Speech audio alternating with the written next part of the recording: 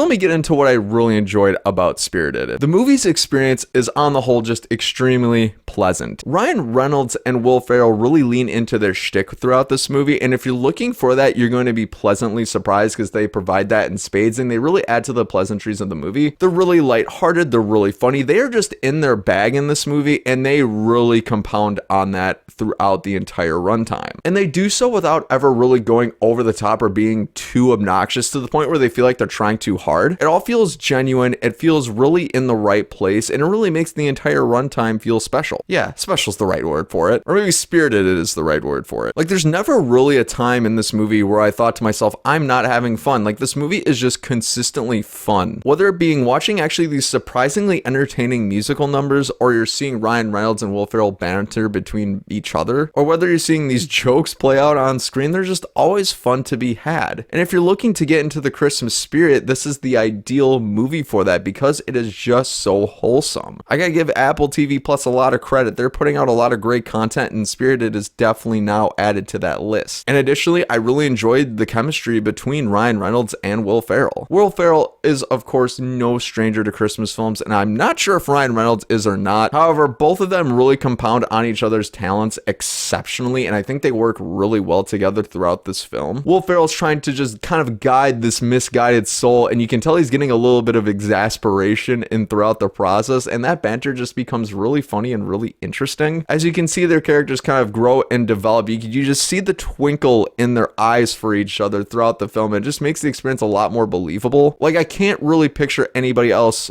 except for Will Ferrell and Ryan Reynolds playing the roles in which they did. And let's not forget the supporting cast either. Octavia Spencer and Patrick Page, I thought, did exceptionally well in this movie too. Octavia Spencer plays more so the love interest of Will Ferrell's character, and I think she really wields that quite interestingly. And the movie does kind of go on to an interesting path with her character. It explores some of the deeper meanings behind it and adds another layer to the movie that I really appreciated. Patrick Page's character is a little less interesting in that regard, except I think he adds a little bit more comic relief to the overall story, which I really appreciated, with especially a couple of the musical numbers. Which, let me shift into the musical numbers of this movie. I think this film strikes a really great balance between the musical numbers and the actual dialogue that's going on between actors. By definition, this movie is a quote-unquote musical, but it's not to the point where you're having musical number like every 5 minutes or anything like that. It might be like once every other or maybe every third scene, which I think is perfect for this movie. When I go to see a movie, I can't really stand it when actors are singing dialogue constantly, but that's not the case here. Do I think that the musical numbers necessarily add to the narrative of the movie? Not always, but they're done really well and they're extremely entertaining. And I think they're pretty creative in some of the ideas that they do convey, or some of the tropes or the funny jokes that they go after. I think they more so serve as fuel for the comedic banter throughout the movie, and I think it serves that purpose quite well, even if it doesn't really contribute to the narrative at hand, which, again, adding to that really pleasant experience that you'll feel throughout this movie. And I'll just throw this in as a little aside. Tracy Morgan voices one of the characters. I thought he was pretty funny in the movie. I really enjoyed his presence. I haven't seen him in a movie in a long time. I guess my disclaimer should be that you technically don't see him, you